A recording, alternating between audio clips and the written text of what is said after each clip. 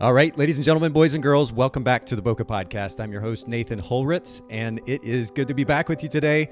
Brand new guest on the Boca Podcast this week, and I'm going to introduce her here in just 1 second. For those of you that are live streaming on Facebook.com/Boca Podcast, YouTube.com/Boca Podcast, don't be shy.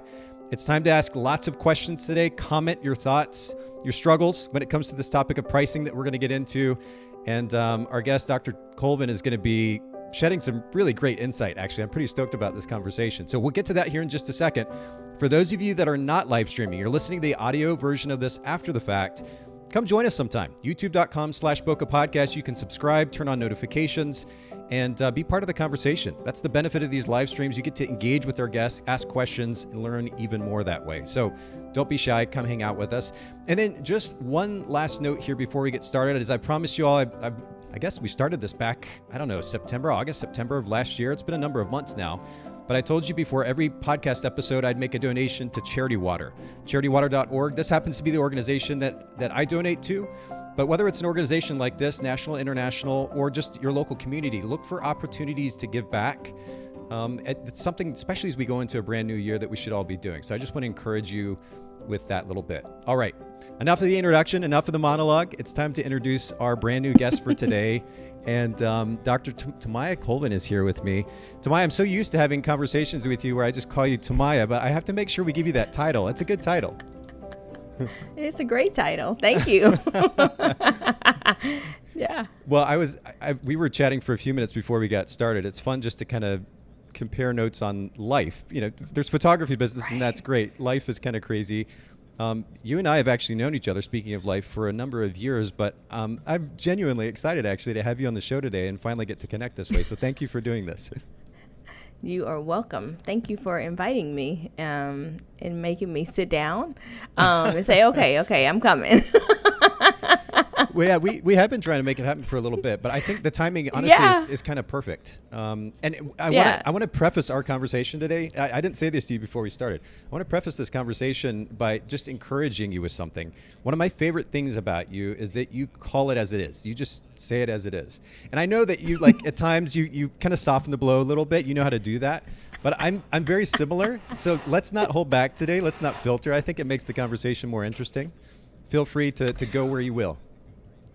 Oh, okay. Have a little bit of fun with that. And by the way, again, for everybody listening in, don't hesitate to jump in, comment, ask questions. Mr. Carson says from YouTube, hey, Nathan and Tomaiya, and thanks for joining in. And y'all, don't be shy. Jump in, say hello. Okay, so Tomaiya, I want to jump straight to our conversation because kind of the main topic at hand we're going to be talking about today is pricing, but I've got a few introductory questions. And normally I would just kind of let you answer this. I want to jump to what I think your brand position is. I want to get your take on this. I normally ask our guests about brand position. What makes their company, their brand distinct from other brands in the similar space? You're in education. And in our photography industry, would you say the education space is pretty crowded? I guess it depends on how you look at it and what you consider as like crowded, and also like what you're talking about. So like there are a few people that talk about pricing. There's obviously people that talk about outsourcing. There are people that talk about like lighting. So if you look at it from a perspective of, is the pricing industry niche, is that saturated, or is that the lighting portion of it saturated? I think if you look at it like now, like those different spaces, then I would say no, actually. Okay. But I'm also not adding in YouTube. So let me say that as well. Well, yeah. I actually think so. First of all, I think you're in an interesting position because you actually have an education background, right? So a lot of photographers that are getting into the education space don't have that background. They don't understand a lot of the principles behind strong education. And again, I'll give you props here because one of the main reasons that we're talking today is because I got to hear you speak at Show United in November. And I came in partway through the presentation and I sat down and I found myself nodding, not just because I want to support you, but also like this is so practical, applicable information. And we don't get to hear this all the time in the industry. So like you're already stepping up the game. Yeah. So, most people don't know this, but even when I do a speech or even when I do anything, there's always a lesson plan involved, like every single time.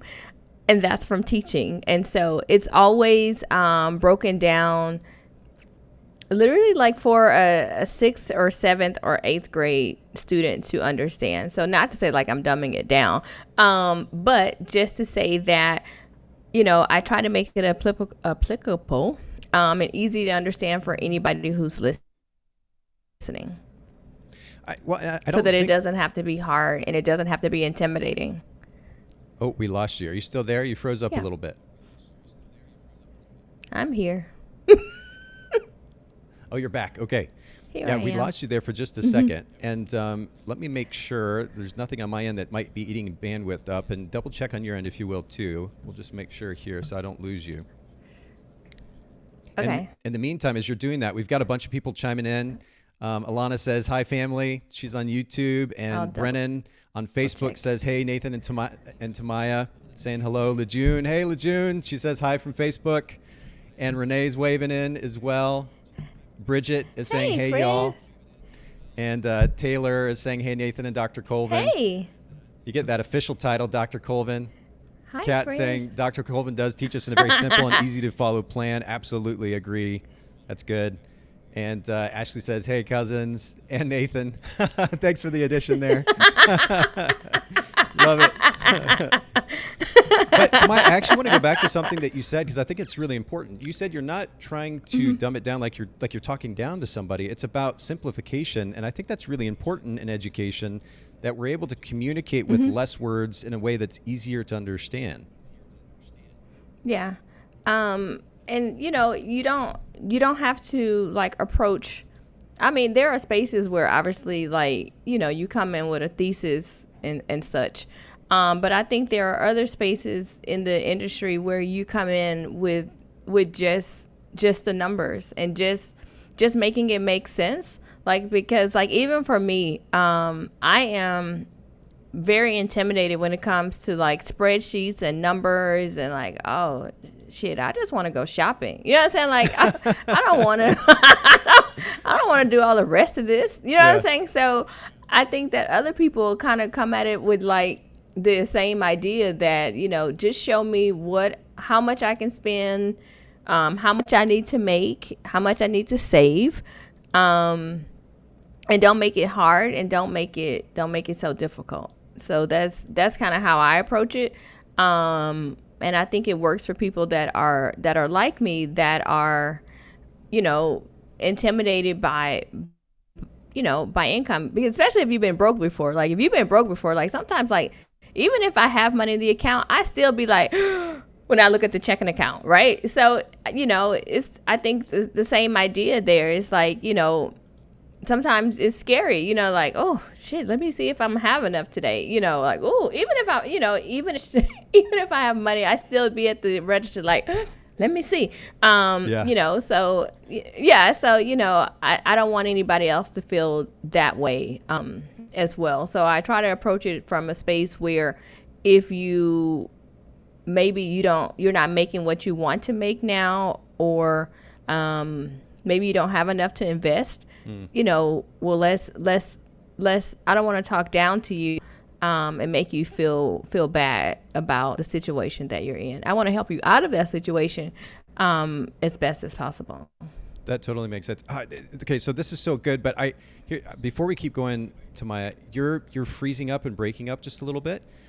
Yeah, I know. I'm closing out all the screens. Hold on. Well, I'll tell you what. Do me a favor, and like we'll take a 30-second breather here. Close out of the call and just call back in. That may just kind of reset things, and we'll see if that fixes it. Okay, I'll be right back. Sounds good. Hold on. All right. And thank you all for your patience too, as we're kind of working through some of the technical difficulties. And I just love the commenting and involvement today. So we've got a few more people commenting here. Bridget says, I've got COVID and exhausted, but I can't miss the podcast. Thanks, Bridget. And I hope you feel better soon. I know what that feels like, and it's not any fun. So I hope you feel better soon. Kathy says hello. And Brennan said, Brennan says not, and Nathan, he's been to the cookout. He's a cousin. Thanks for the honorary addition to the family, Brennan. That means a lot, honestly. And we'll actually come back and talk about the cookout here in just a little bit. Philip says, good afternoon. Hey, Philip, how are you? And Dedan says, Sensei. Dedan, thanks for logging in, man. Thanks for saying hello. Tamika says, hey, everyone. And man, this has been really, really good, exciting so far already. And Tomaya's dropped some really interesting information when it comes to education, and we're going to touch on that here in just a second. Y'all bear with us for just a second here as I'm just waiting for Tomaiya to log back in. In the meantime, for those of you listening in, I've already popped it up on the screen a couple of times, actually. So if you don't follow Tomaiya on Instagram, Tomaiya Colvin, TOMAIYACOLVIN. For those of you that are listening to the audio version, for those of you that are live streaming, you can see it on screen there. And then Tomaiya Colvin, just like I spelled it out, education.com for her website. And we'll come back and talk about her website and some of the education that she offers here in just a little bit. Man, I just love the engagement today. Crystal says, hey, family. Lori says, I just saw you speak at Imaging USA, and I know that's directed to Tomaiya. As soon as we get her back in, we'll have to bring that comment back up. Desiree says hello. And let's see, who else have we got here? Katrina says, hey, Nathan. Hey, Katrina, how are you? Good to see you. And Latarsha says, hey, thanks, Latarsha, for joining in. And I'm hoping that we can get Tomaiya back in here. Y'all bear with us for just a second. In the meantime, I'll give you a little bit of a shout out. For those of you who are new to the podcast, to the Boca podcast, if you go to Boca, BOKEH podcast.com, you can also, of course, search Boca Podcast on your favorite podcast players. We've got over 500 episodes of content. And, it's fun when I go to the cookout conferences each year, I get to see, a lot of actually our guests who have been on the Boca podcast at the cookout conference. And it's been fun, even in the last year, I guess this past year, or last couple of years, actually, in particular, where we've gotten to hang out, spend some time together. A couple of years ago, it was in Chattanooga. And if you're not familiar with the Photo Cookout, let me pop this up on screen really quickly as well. If you're not following the Photo Cookout, Tomaiya's conference, it's the Photo Cookout on Instagram. Okay, we've got Tomaiya calling back in. Let's see if we can make this happen here. Okay, I'm back. And let me add you back in here, Tomaiya, 1 second. Oh, there we are. I see you. Yay! Okay, I'm getting a little bit of an echo. See if you can connect your earbuds again, or AirPods. Okay, let me see. Let's see. AirPods. Let's see if the AirPods are on. Oh, yep, here we go. Connecting. What about now? Testing. Can you hear me? Yep. Mm-hmm. Perfect. Yep, All right, you're we're in my good. ear now. Yes. Yay! Sorry about that. No. I'm just glad we were able to make it work. And I had to bring up this comment and kind of set it up as a segue. We're talking about education, Tomaiya. Brennan commented again. She said, he's been to the cookout. He's a cousin. So I thanked her for the addition to the family. And I've been there every year, by the way. Yes, he's been there every single year. But I popped this up on screen just a second ago, the photo cookout. Will you just briefly, for those who might be listening and watching and that aren't familiar with the photo cookout as yet another kind of source of education, talk a little bit about the cookout. Yeah. So the Photo Cookout is a photography conference that I host. It will be October the 5th through the 2nd through the 5th this year in Phoenix, Arizona. This year will be our actual 5th year hosting the Photo Cookout, and it is a photography conference that celebrates diversity and inclusion. And we are indeed cousins. And Nathan is a guy. I saw that comment and cracked up laughing. They were like, no, Nathan is a cousin. So I appreciate it. And I mean, as funny as it is, Tomaiya, I have to say this because it's one of the coolest things about the Cookout Conference, and truly makes it unique in our industry, is that like, the focus on community is real. I mean, when I go there, I feel like I'm going to summer camp. I feel like I'm hanging out with family. And I know it's probably not necessarily even intentional. I don't know. It feels like it's very organic. Like it just happens naturally. Where do you think that comes from? Yeah. What is that about? So it's food. So I always try to do a really good job of food. Yeah. You cannot host a conference for Black people and have terrible food, or they would cuss my ass out.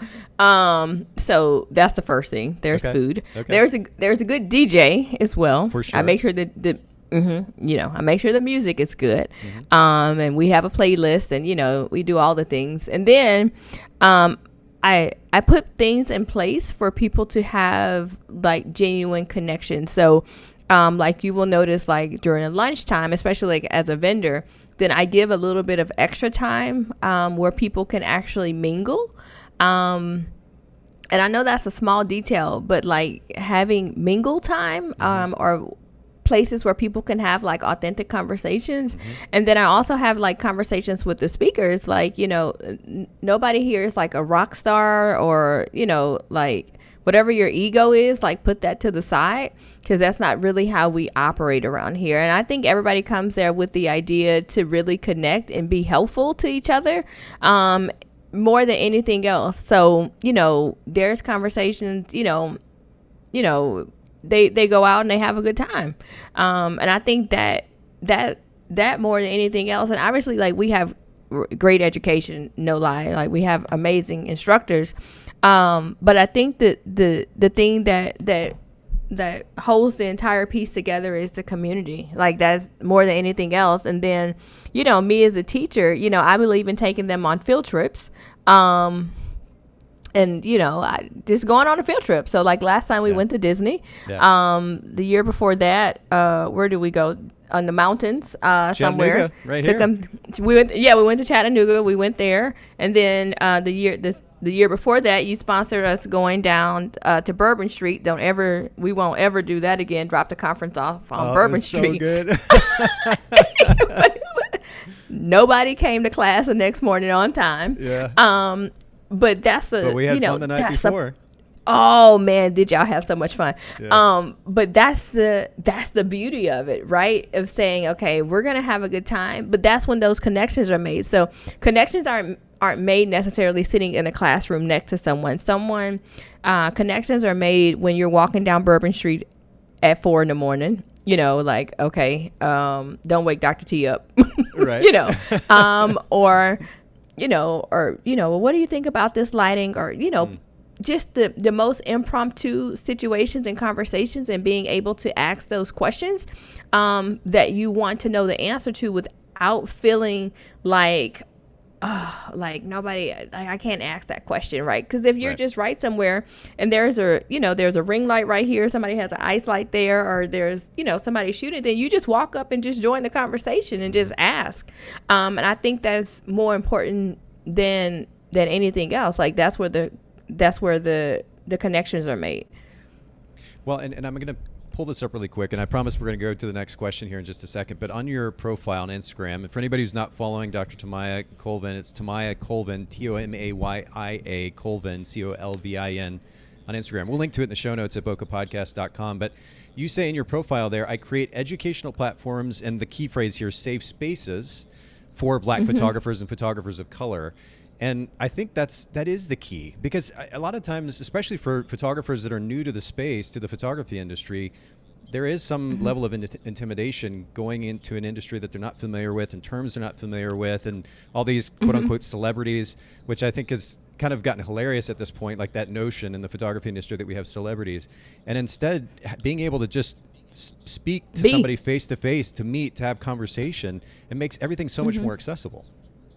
It does. And also just allowing people to just be. Like, the thing with me, even, that I don't have to code switch. It's my own conference. I don't have to code switch, you know? So if I say ain't or finna or whatever it is, it's fine, because I'm in a space with my own people. Like, there's no expectation for me to, I mean, they will call me Dr. Colvin out of respect. But there's no, like, you know, like, you know, she's so important, you know, whatever.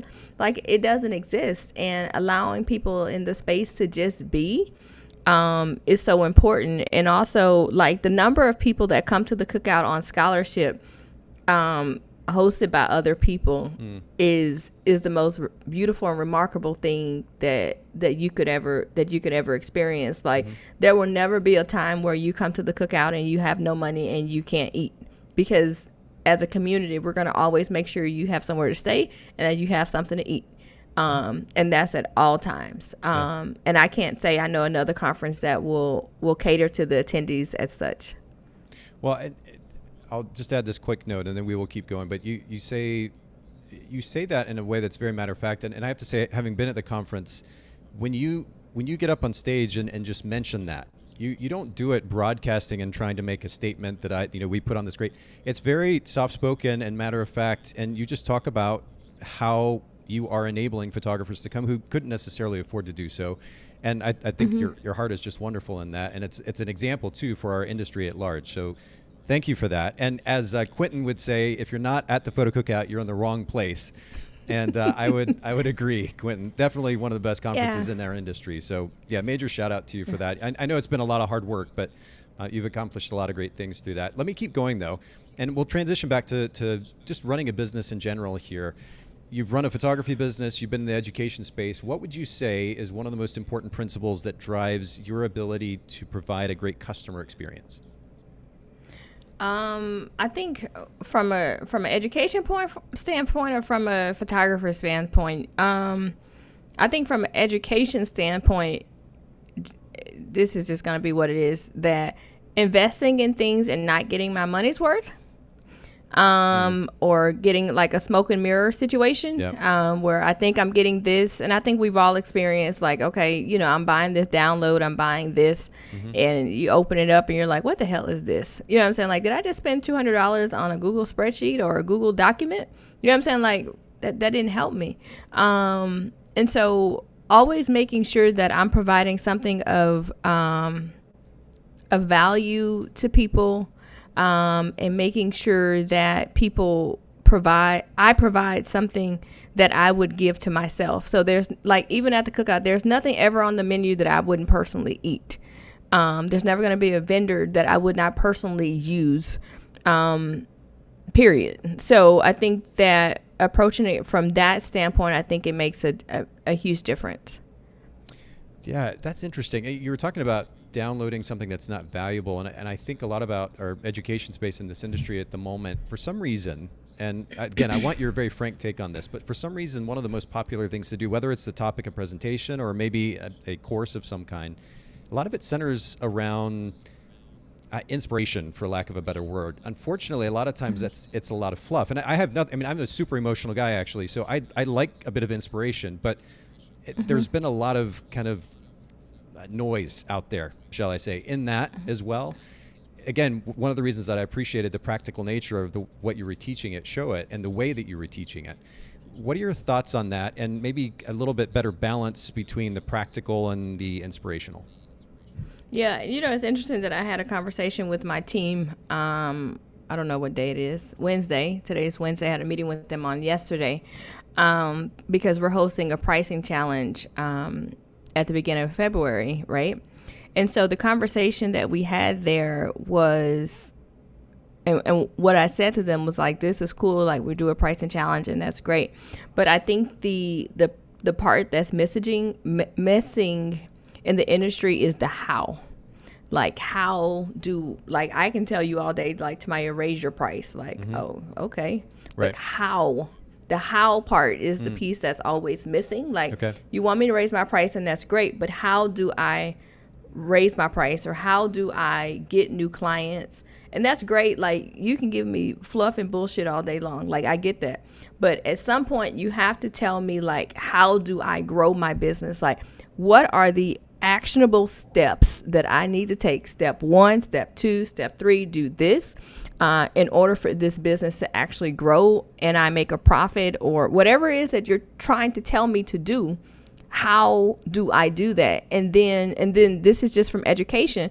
Like, now show me how to do it. Like, show me exactly what I need to do. Like, show me the screenshot. Show me a screen recording. Like, if you're going door to door, show me what that looks like. What are you saying to get people to book your clients? Like, if you have this amazing website and all the things, like, show me how to write copy that converts. Like, show me, and not just give me this allure like, oh, you're so perfect, or I'm so perfect. And that's great, you can be perfect, but how did you get there for real? Like, how did you get to be perfect? Yeah, like, how did you get to be perfect? And I think that's the part that's missing. Like, the how you do that. Yep. Like, that's great. You make 6 figures, 7, 8, 9, 10, be a millionaire. It doesn't matter. But how did you get to that point? Like, did you book 5 sessions a month? Did you sell products? Like, be very specific in the how. And that was one of the things that we talked about with the team on yesterday. It was like, okay, we're gonna host this challenge, but I want this to be a how process more than anything else, because I don't want another free training that doesn't provide value to people that are listening. Agreed. Yeah. Well, and Katrina actually says here, Tomaiya definitely will show you the goods, not just the fluff. And I think that sums it up pretty beautifully. That's really great. Okay. So thank you. Well, let me transition then to a totally different topic. And I'm curious to get your take. I don't think I've heard you talk about this a whole lot. Talk to me about what you do. And I know balance looks different for everybody, but like, how do you juggle family life with running, like being super busy with businesses? What does that look like? Like so it's what's important today. I can't say that, again, here we go with this inspiration talk of work-life balance. Like, man, please. Like,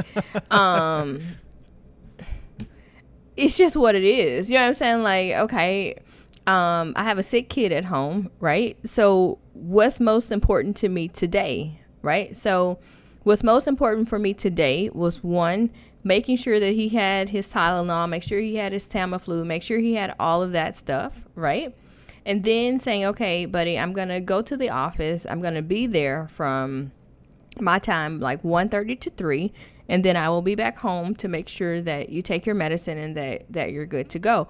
In addition to that, my partner also needed something from me as his girlfriend. So I also had to throw that in the mix as well.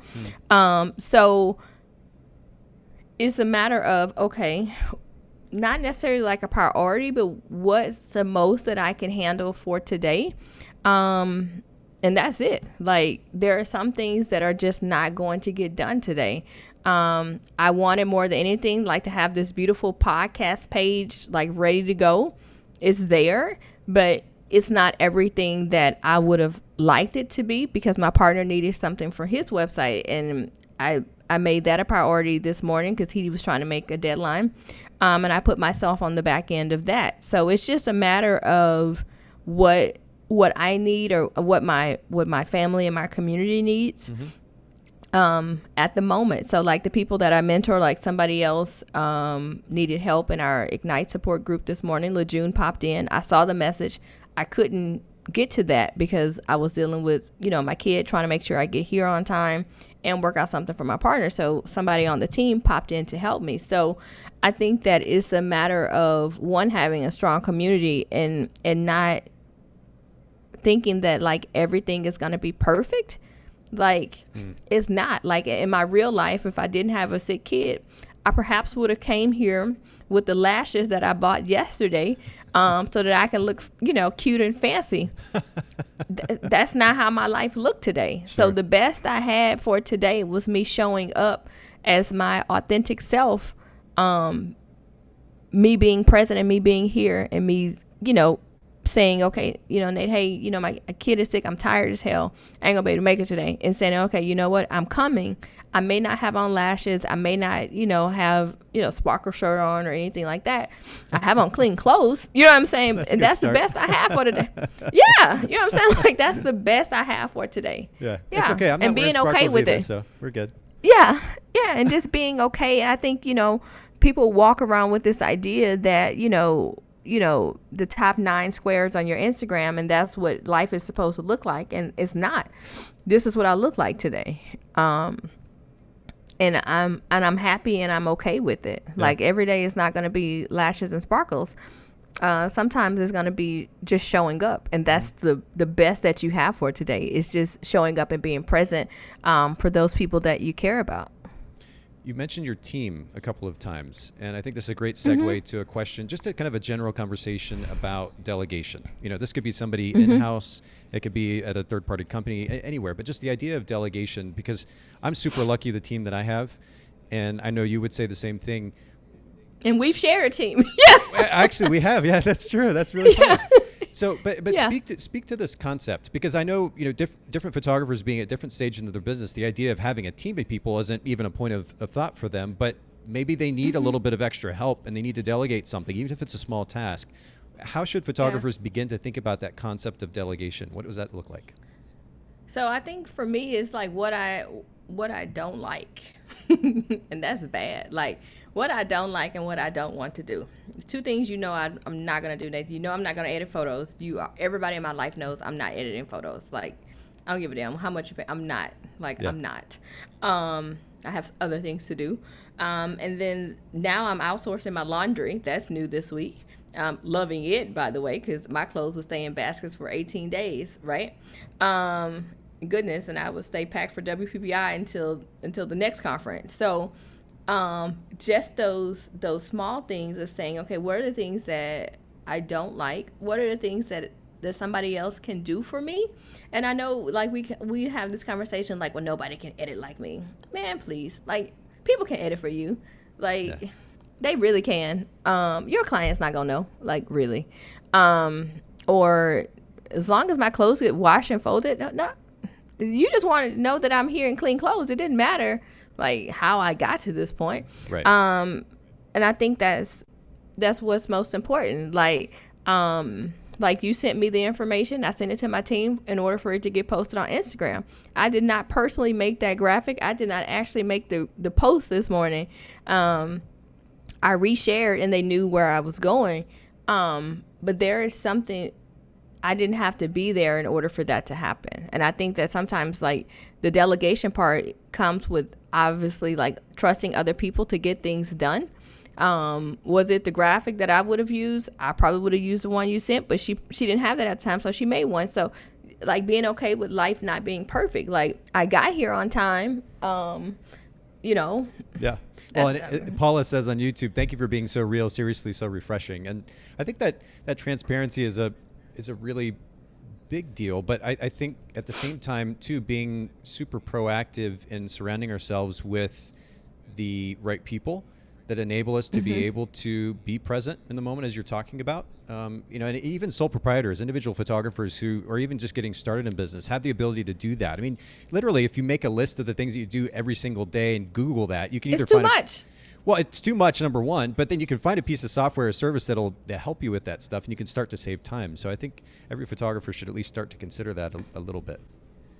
Yeah, just something, like, at least, even if you're in a space now where, okay, you're like, well, I can't afford to have a virtual assistant, and that's fine. Okay, but you can afford to sit down for a couple of hours and write out your systems and your workflows so that that can at least go on automation. Like, make some of these things on your life a little bit easier. Agreed. Okay, so just a couple more quick questions, and we're going to get to pricing. You have your doctorate. I don't even have my bachelor's degree.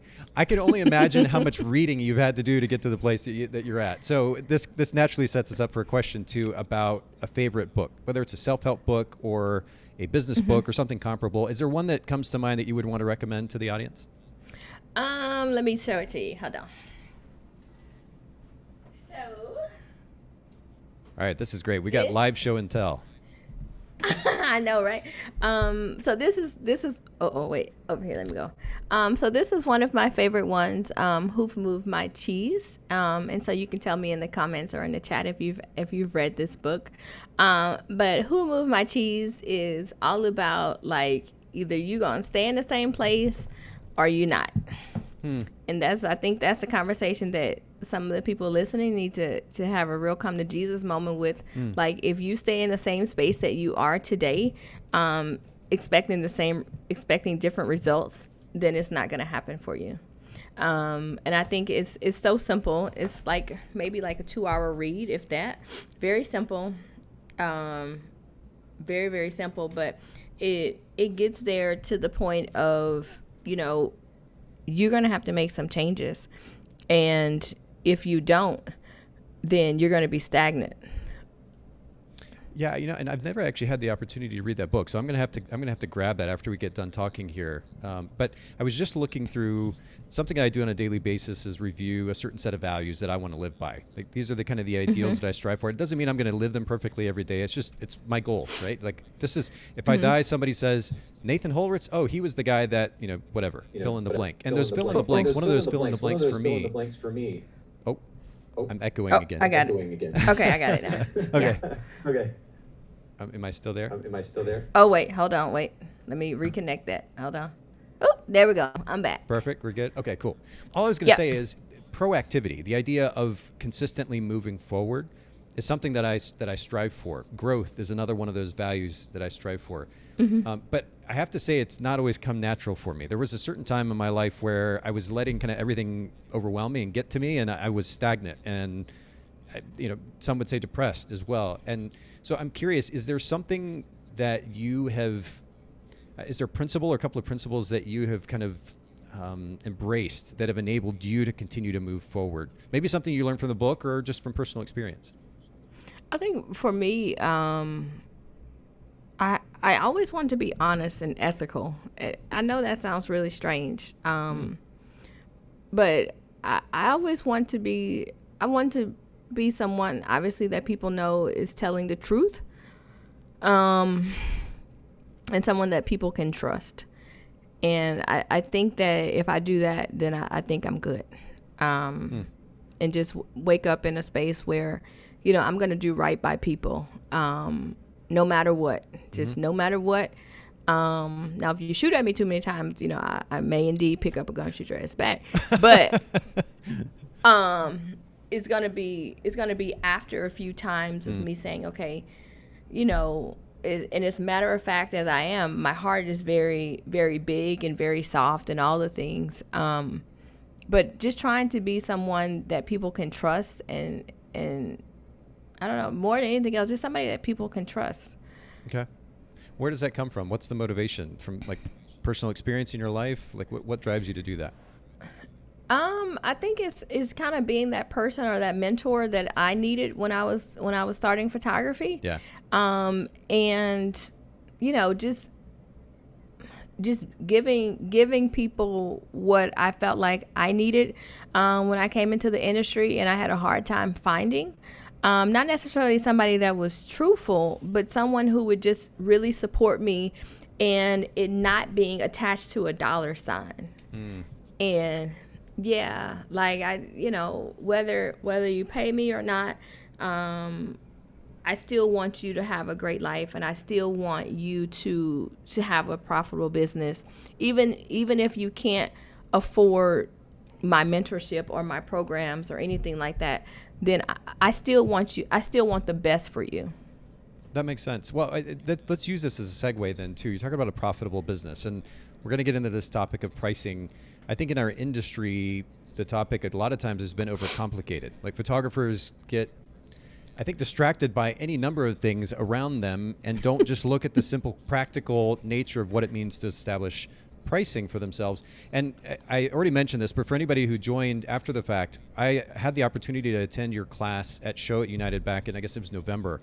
And you were speaking on this topic of pricing, and I didn't even get to hear the whole thing. I came in for part of it, and I was like truly just not only blown away, but then also encouraged too, that there's somebody out there that is teaching on a very practical level, because it's just not the norm, unfortunately. Practical, actionable, very simple concepts that you can then go and apply in your business. And this is largely why we're talking today. We're going to talk about this topic of pricing. But do you feel like you were always in a place where you understood it that clearly, especially when you started in photography, or was it a kind of a hard learning experience? It's almost like I don't even know how to put it. Like, it's like this secret magic door to success, or super magic door to being profitable. Okay. And like nobody, like, where is that door? Like, what is, what I'm saying? Like, what am I supposed to do? Like, Sure. I don't get it. And I think that's that's it. Like, just trying to figure out where the door was, or how it exists, and how to get there. Yeah. And like, what was kind of a turning point for you where you started to gain that perspective? Where did the light come on? So the light came on one, when I got evicted, that was a good one. But that'll make your lights turn off for sure. Yeah, or your lights turned off. Either one, that'll surely get your attention. But I met Prue. She's with Master Your Mint. And I think for the first time, like somebody showed me a spreadsheet or had a conversation with me who didn't make me feel stupid and intimidated that I didn't know something. And it was okay for me to say, I don't know how to make spreadsheets.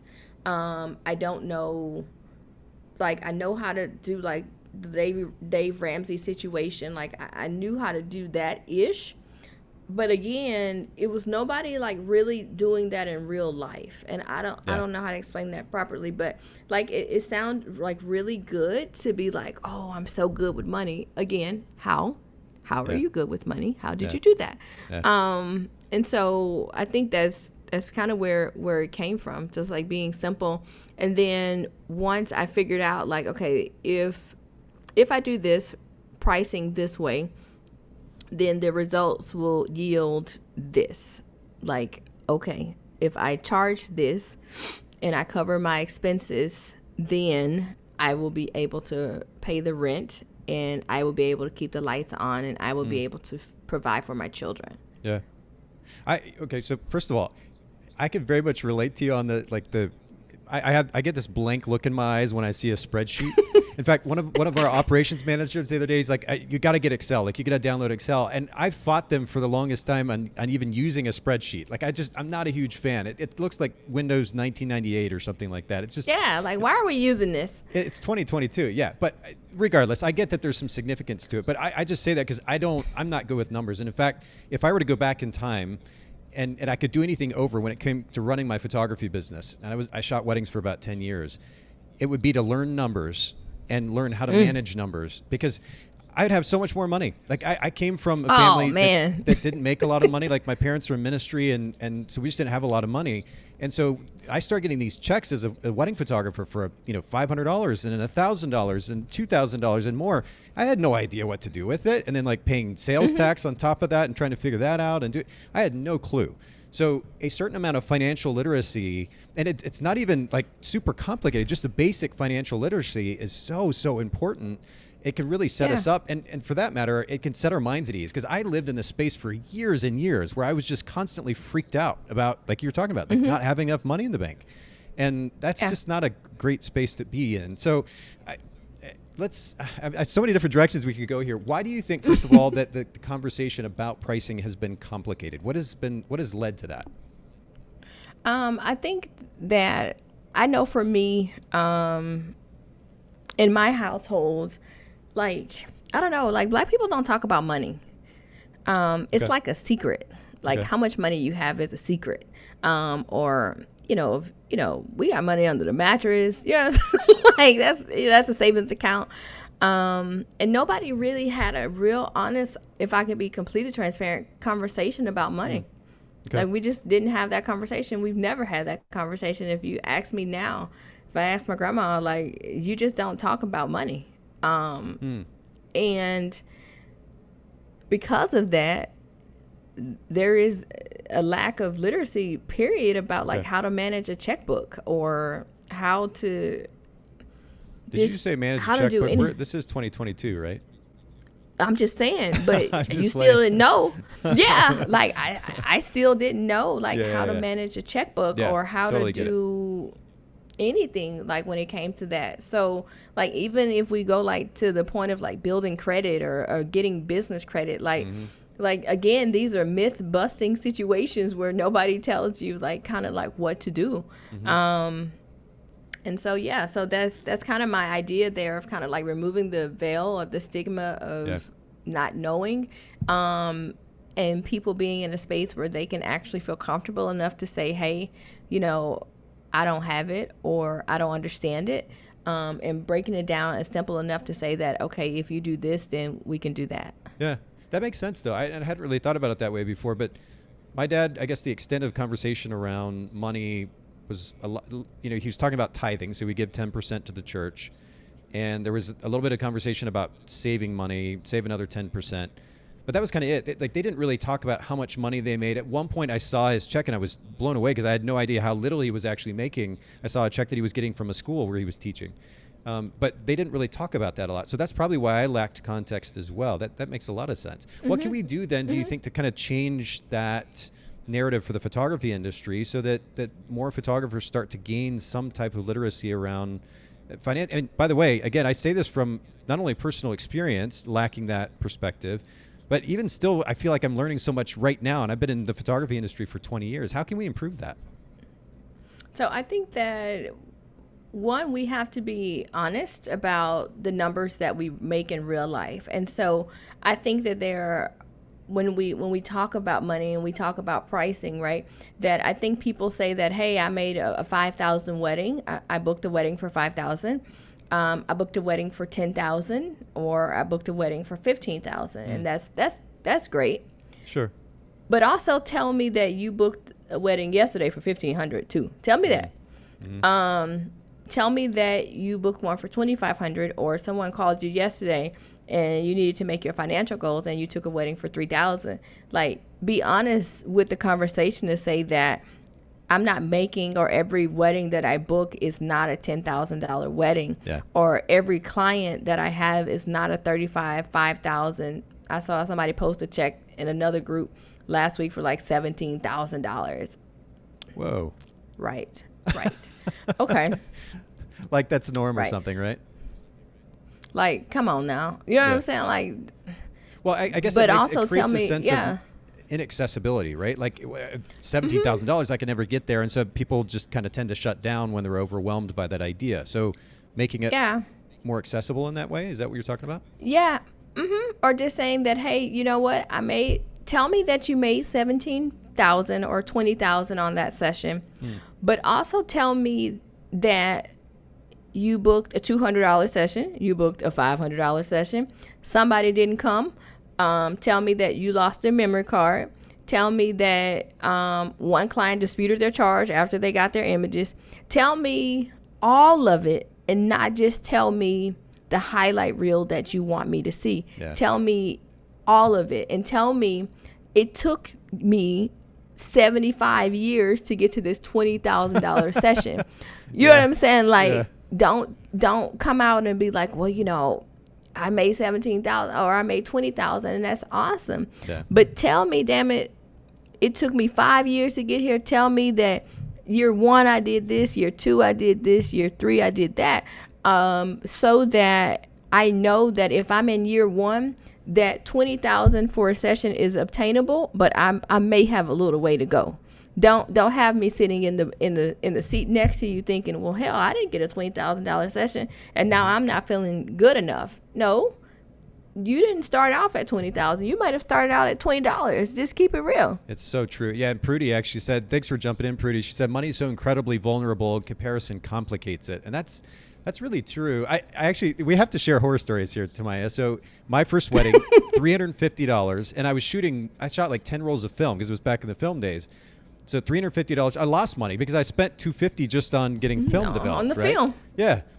What was your first like loss of money story? I guess you could say, like pricing. I think mine was, oh God, Jesus, there's so many.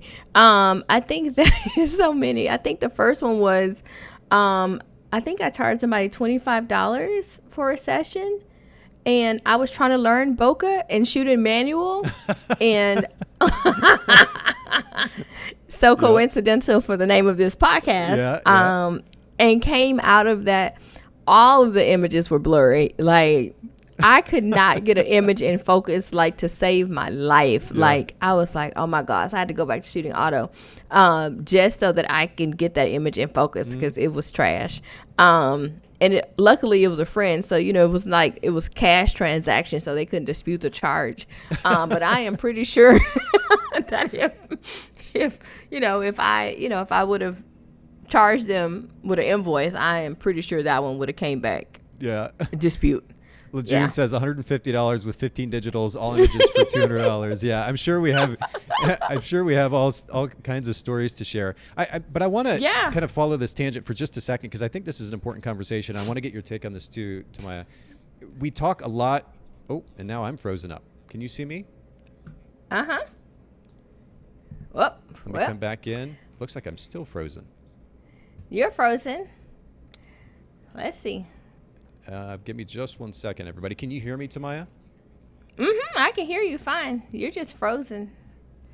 Okay, I'm going to put the camera back on you for just a second. I'm going to figure out what's going on here. 1 second, everybody.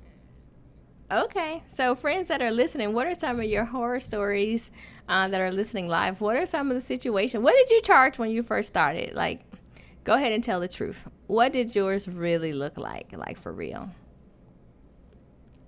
And I'm going to go over here and I'm going to see the comments to see what you all are saying, because I want to see if you all are telling the truth.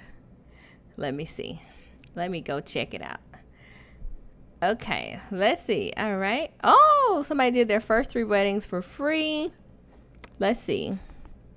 Okay. Let's see. Let me read. Let me see. Okay, $75 for all the session. Yep. $200. Yes. And Taylor, yes. So look at you now. $150 for every photo. Okay. $500.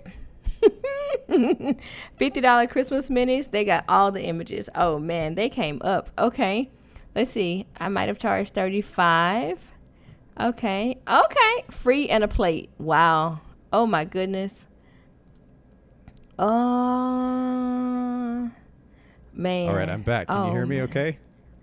Okay. Oh so man, they are that. telling the truth. Oh no, you're fine. They are absolutely telling the truth here in the comments, just so you know. Oh yeah, we'll pop some of these up here. Tamika says, did a prom and the images turned out horrible. Client was a coworker, had to refund money back and see her every day, and I only charged $75. Oh man. Yeah. Portia says, my very first family session, $100 with 50% off special, so $50 for a session of 12 people. Yeah. Oh man. Portia, I am impressed that you got all those people in focus, honestly. That's what I'm impressed by. Well, I want to ask you this question, Tomaiya, and we'll continue here. There's a lot of conversation around the idea of like shooting high-end sessions, $500 for a session, $800, $1,000 and more, $5,000, $8,000, $10,000, like you're saying, $17,000 weddings. And that's great. And there's definitely a market for it. I've had the opportunity to photograph in that market, but I've also had the opportunity to photograph on the other side of the market as well. And from my perspective, and actually looking at actual data, and you can appreciate this having done your doctorate, looking at actual data, that there is a larger percentage of the market actually that would benefit from being able to have a $200 photographer or maybe a $1,500 wedding photographer. And like no amount of our egotistical conversations about how important photography is going to change how much they make, right? So I'm curious about this conversation. Where do you think there's opportunity for photographers to actually not obsess so much about having to shoot the high end, but actually focus on just serving the available market? So just for a sake of clarity, or just for everybody to know, the average wage for a photographer is $43,000 according to the labor statistics. So if you ever want to know like how much someone is making or how much the average is for photographers, is right at $43,000 for the year, pending they file their taxes and stuff. But right around $43,000 is the average of what people make in a career of photography. And probably less than 5% make more than $75,000 a year. So let's just start there. So consider the fact that most average photographers are making $43,000 a year. A few are making $75,000 a year. I think that there is room to say that yes, you can be a luxury photographer, but you can also do enough to make a decent living. I'll leave it at that. I think that speaks loudly, because there's this obsession, especially for a number of years there in the industry, where there was all this conversation about shooting the high-end bride, for example, for wedding photographers. And that's great. But like you said, it's such a small percentage of the actual marketplace. I think the last numbers that I saw, between $1,800 and $2,000, 70% of weddings photographed in the U.S. are shot for between $1,800 and $2,000 and below. And then the next 10 or 15%, from 2 to 4, and then the top 5% or so above that. I mean, it's And everybody wants to go to that market that's the smallest segment of the market when there's all this opportunity on the other side. Now, you have to think very strategically if you're going to shoot at a lower price point, because now we're talking about higher volume. But also, to your point, we don't have to try to be millionaires either and still enjoy shooting and be able to pay the bills. So I like a more balanced perspective like that. I think it's really, really important. Okay, so when we're talking about, actually, this is a great segue. When we're talking about setting pricing, before we go to start setting pricing and talking about the practical aspect of that, I think it's important that we don't just blindly go and start dialing numbers in. I like photographers should be asking some questions of themselves before they begin this process. What are those questions from your perspective? So, obviously one of the things that people need to do is obviously know, like for me, like how much you need to make and how much you're spending. And Prue, could you please kindly put the link to your group in the chat? Because she's really good at helping people like figure out their money. But I think that you have to figure out and not run from it, like how much I really need to make per month. And whether that's like on a spreadsheet, whether you like write that down, it doesn't matter how you get it, but you got to know like how much you need to make for real, and not play. So how much is it that you really need to make like per month, so that you can at least go into at least break even at zero and then start looking at your going into the green.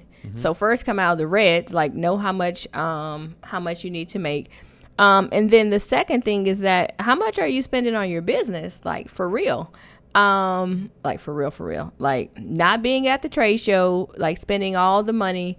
Did you make a budget? Like, do you have enough to like really spend that? Cause I mean, I could go in the trade show and buy like 17 different new things, but am I going to be able to eat for the rest of the month? Right. There's that.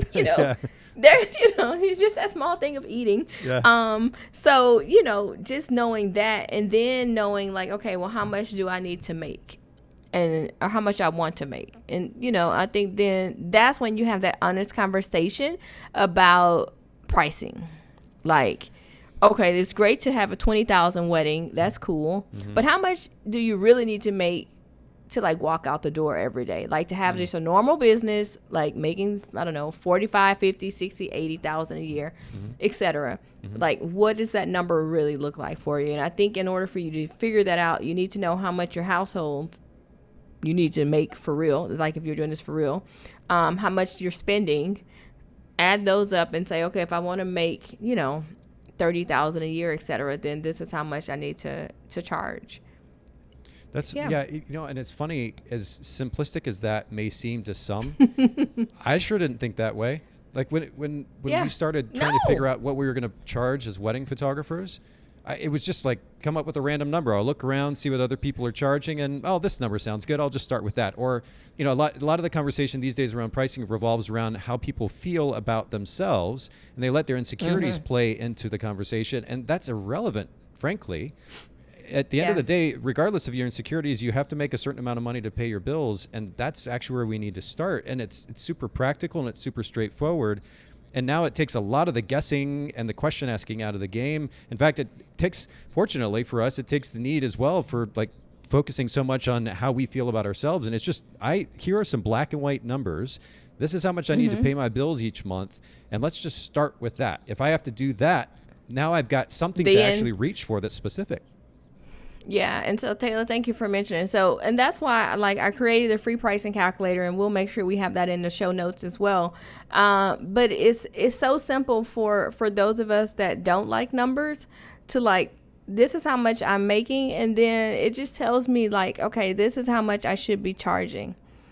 It is just that simple. But nobody will tell you like the most simplistic answer of how much you should be charging, right? Like nobody tells you like the most simplistic part, and that's the part I think that people need more than anything else. Is like, okay, if I want to make 5,000 for the month and I charge 2,500 for 2 weddings, then that's what I need to do. You know what I'm saying? Or I charge 1,000 and do 5. It just, again, how do I make my income goal? And I think that's the part that people miss.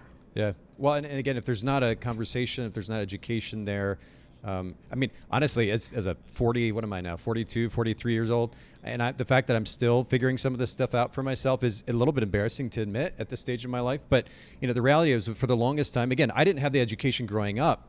And then I just was kind of guessing along the way, and I paid dearly for it. And I finally hit the place where I had to own the responsibility of beginning to learn numbers. And I think it's important that we all do that. And the cool thing is there's a great community. We could just, you could have a community just with the people on this that are streaming live right now, the show. They're so upbeat, encouraging, and positive, and start to have a conversation about it. And let's take the insecurity piece out of it and be real.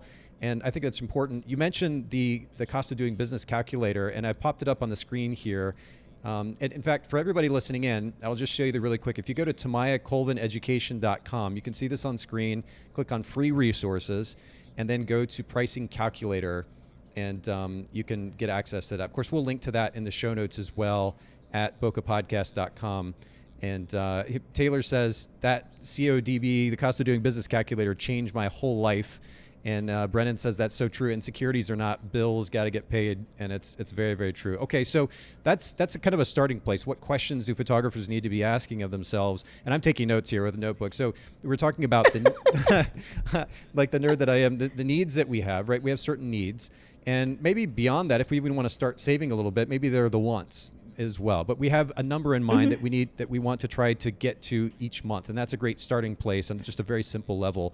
What are then kind of the next practical steps? Will you just kind of walk us through what the next practical steps are that we need to take?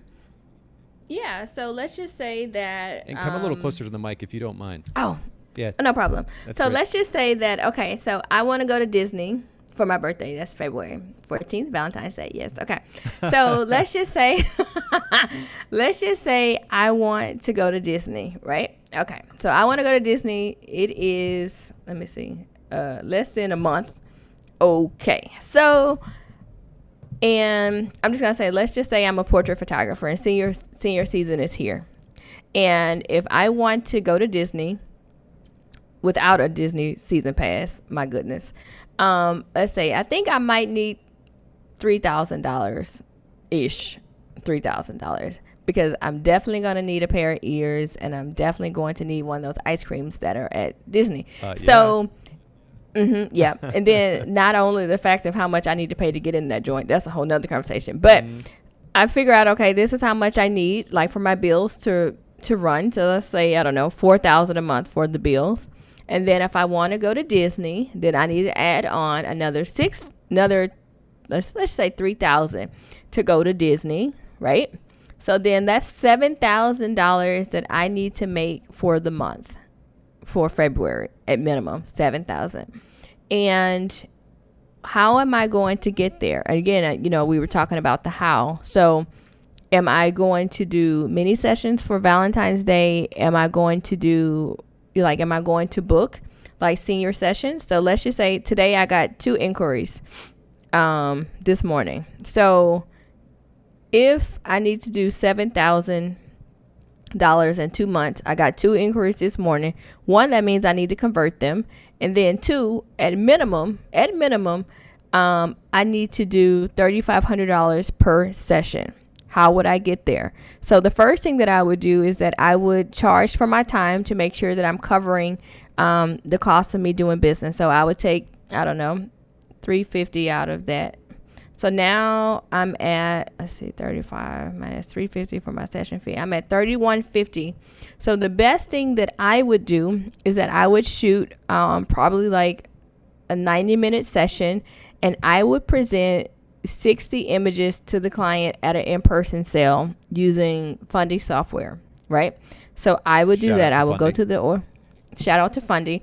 I would come in there, show all of the images on a slideshow, show that, and then I would say, okay, well, here are the wall art offerings that I have, and then here are the here's an album that I think that you would enjoy. And that No, please go ahead. No, and I think that would definitely get me at $3,150 for sure. Okay. So now I'm going to push back. I'm going to be the kind of newer photographer. It's like, hey, I've only ever shot a session for $200. I don't even Okay. like the idea of getting $3,000 out of a session is kind of, oh, my camera is frozen again. It's a good picture to be frozen on. You look cute. Okay, but I can keep talking while you figure out your stuff. Yeah, so, I'm sorry. So 7,000. I'm a new photographer, right? You're like, get the hell out of here with this 3,150. Okay, cool. All right, so let's just say that I'm at maybe $200. 7,000, and I'm gonna say, okay, maybe you can't shoot 2, maybe 5. So 5 would put you at $1,400 for your session. That's how much you need. So 1,400 multiplied by 7. That will, oh wait, I don't think I got that right. Hold on. 1,400, oh, wait a minute. 7,000 divided by 5 sessions, 1,400. Okay.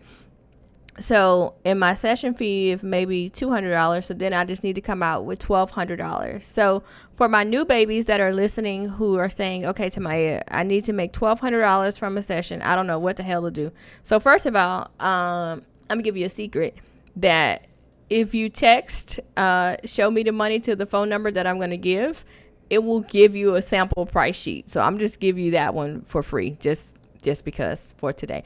But if you're at $1,200 and you say, okay, I'm used to only giving the digitals. First of all, I'm okay with you giving the digitals as long as you charge for them. I'm okay with you providing them. So I don't want you to come away thinking, okay, I can't give the digitals, or I'm going to feel less than because I am giving the digitals. If you are going to give the digitals, then you damn sure better be charging $1,200 for them, or it's not going to work. Okay. So if you do that, just make sure that, okay, you again start with like, on your pricing sheet, you start high, middle, low, and then you make your lowest collection. I don't want to say not so appealing, but it gets people in the door and it allows you to do what you need to do. And you put in there maybe some prints. And then in your middle section or in your middle collection, you put in there like a canvas cluster. And then in your highest collection, then you sell an album. And yeah. Okay. So I mean, that takes us, it kind of brings it down a little bit. It makes it a little bit more accessible for photographers who are like, okay, I don't even like $3,000 is a lot. Okay. So now we got it to 1,200 and that makes a little bit more sense. A little bit more accessible probably for especially the newer photographers. But as you're talking, again, I'm jotting down notes here like the nerd that I am, but I'm thinking, okay, just on a basic level, if we're trying to make these into steps, the first thing to ask, as you talked about earlier, is to how much is it that I need to make? Just on a very simple level in order to cover my expenses. So I'm going to take a piece of paper out and I'm literally going to write down how much, just, line item, or type it out on a note on my computer, how much it is that I need to make, to pay my rent or to pay my mortgage, to pay utilities, to buy groceries, to pay my car note. And I'm going to add all those things up. That gives me a total, and that's a starting place. That's how much I need to bring in every single month just to cover the basics, right? Yeah. And then I'm going to take that. I'm just going to totally random arbitrary number. Let's just say it's, I don't know, $2,000 a month. I know we all need more than that to live in a month, but let's just $2,000 a month. So I know that if I have $2,000 a month I have to make, now I need to start thinking about how many sessions that I can, how many sessions I have time to photograph, or how many weddings I have time to photograph in a month. And if I need to make $2,000, if I need to generate $2,000, and really I need to generate probably more like $2,500 because I got to pay taxes.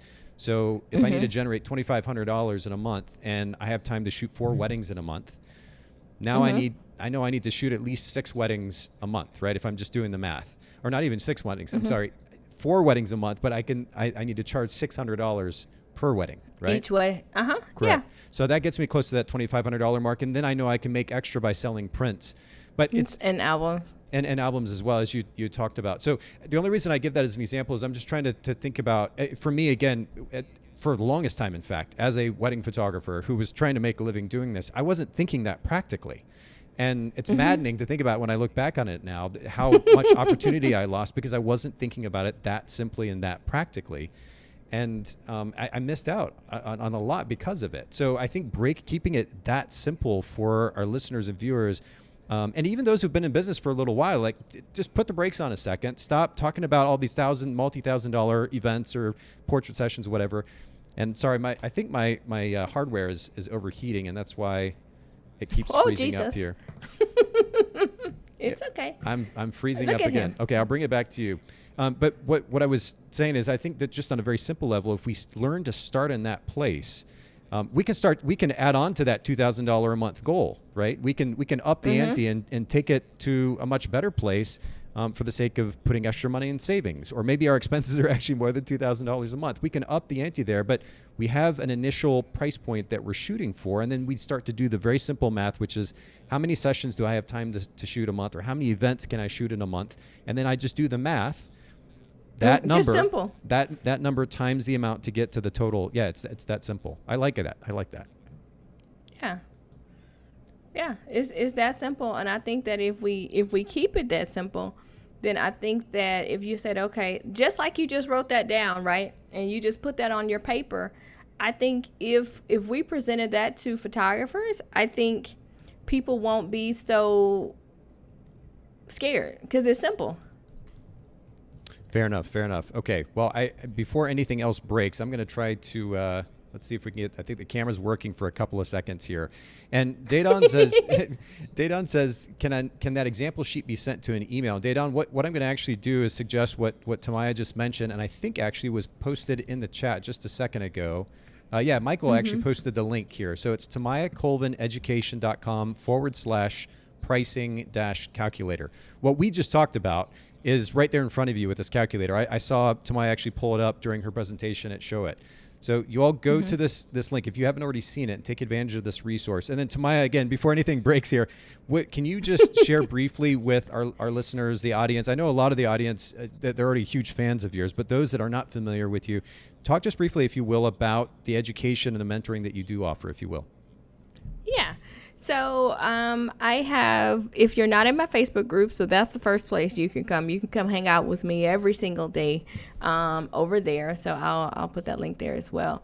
But hang out with me in the Facebook community, and that'll probably be like the first start where people kind of get acclimated to who I am as a person and such. And then after that, I do host a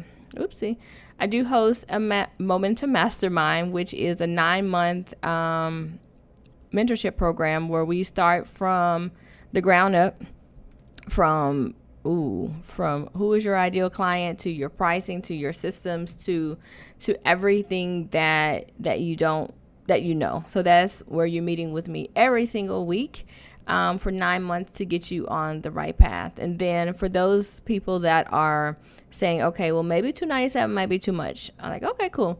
Then we have Ignite, that is $97 a month, and we don't meet that often, but all of the information that is provided inside of the mastermind is also provided in Ignite without the accountability. So starting with your mindset, absolutely. So if you have one or the other, then we can start you there. The Momentum Mastermind just sold out.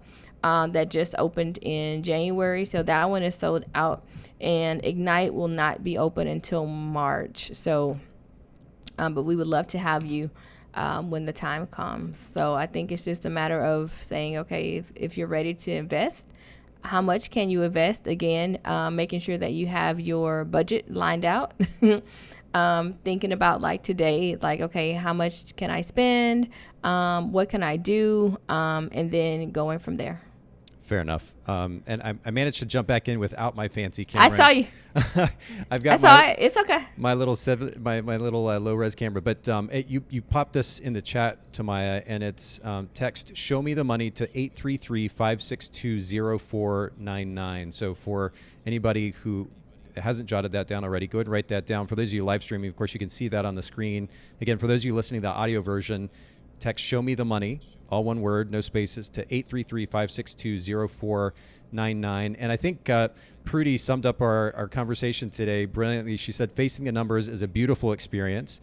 And it's true. I will say from, again, personal experience and very much relating to what Tomaiya was saying today, not having the background in the education, and ultimately as a result of fear, it was initially challenging. But if you're willing to do exactly what Prudy is saying here, to face the numbers, the result is truly a beautiful experience. And Tomaiya, I really appreciate you taking the time to kind of sum up the conversation today in that way, bringing the practical value in that.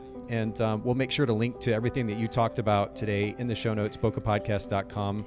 And I really appreciate you making time. I'm so glad that we got to make this happen, despite all the technical difficulties. It's okay. Thank you so much. And thank you, everybody, for live streaming that have been commenting and asking questions. I really appreciate the engagement. We'll have this episode live, the audio version of it here very, very soon. You'll be able to see the restream, the replay at facebook.com/bokehpodcast, youtube.com/bokehpodcast as well. You all have an absolutely wonderful day. See you.